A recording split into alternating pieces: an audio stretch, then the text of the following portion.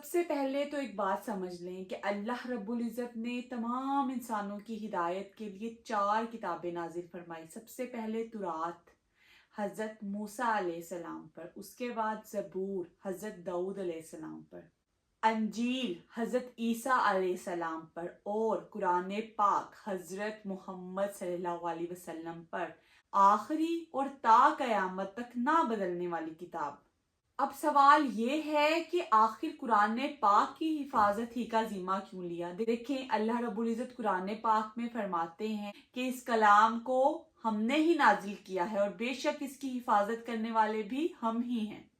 سورہ ہجر کی آیت نمبر 9 سے ہمیں اس بات کا تو پتہ چل گیا کہ اب قرآن پاک میں تا قیامت تک کوئی بھی تبدیلی نہیں ہوگی۔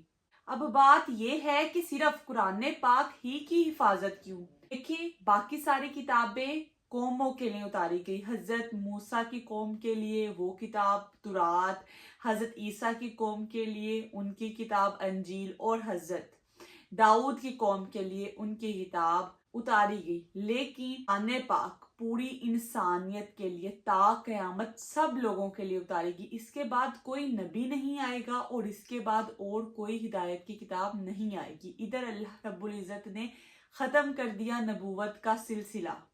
دیکھیں، اگر اس میں اب تبدیلی ہو جاتی نا تو ہدایت کا سلسلہ رک جانا تھا۔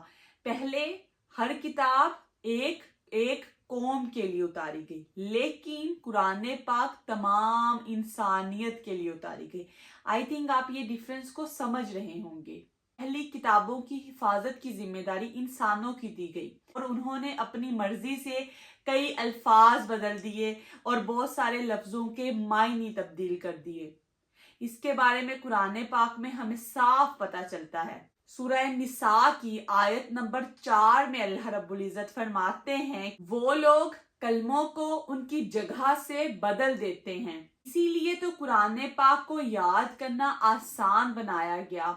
دنیا میں کتنے ہی قسم کے لوگ رہتے ہیں، کتنی ڈیفرنٹ زبانیں بولتے ہیں، لیکن قرآن پاک کو یاد کرنا اور حفظ کرنا ان کے لیے مشکل نہیں۔ ایون کہ چھوٹے بچے بھی قرآن پاک کی آیات کو بآسانی یاد کرتے ہیں اور سمجھ بھی لیتے ہیں اگر وہ چاہیں تو۔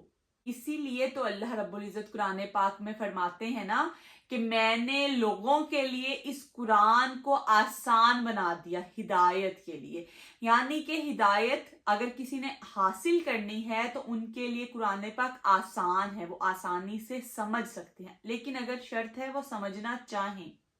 حدیث نبوی ہے، صحیح بخاری میں آتا ہے کہ رسول اللہ صلی اللہ علیہ وسلم ہر سال حضرت جبرائیل علیہ السلام کے ساتھ قرآن پاک کا دورہ کرتے تھے، دورہ قرآن، اور جس سال حضرت محمد صلی اللہ علیہ وسلم دنیا فانی سے پردہ کر گئے، اس سال رسول اللہ صلی اللہ علیہ وسلم نے دورہ قرآن 2 مرتبہ کیا۔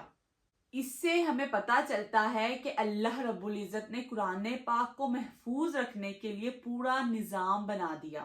دنیا کی ہر کتاب کو لوگ سنبھالتے ہیں، لیکن سبحان اللہ، قرآن پاک واحد اور مقدس کتاب ہے جس کے اندر کوئی بھی تبدیلی نہیں ہوگی۔ اس کی ذمہ داری اللہ رب العزت نے خود لی ہے، تو پھر بھی کوئی نہیں اس سے ہدایت حاصل کرنے والا، کوئی نہیں جو اس سے آئے ہدایت حاصل کرے اور اپنی زندگی کو بہتر سے بہترین بنا لے۔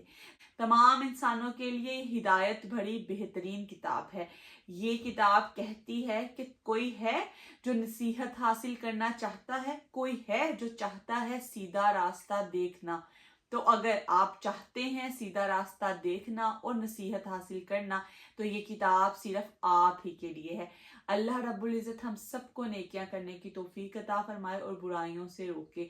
امید کرتی ہوں کہ آج کے کوسچن کا آنسر آپ کو کلیئر ہو گیا ہوگا۔ اللہ رب العزت ہم سب کے حامی و ناصر۔ اباؤٹ اسلام کوئی اور آپ کا کوسچن ہو تو آپ مجھ سے کر سکتے ہیں۔ انشاءاللہ تعالیٰ قرآن اور حدیث کی روشنی میں آپ کو آنسر کرنے کی پوری کوشش کروں گی۔ اللہ رب العزت ہم سب کے حامی و ناصر۔ جزاک اللہ خیرہ۔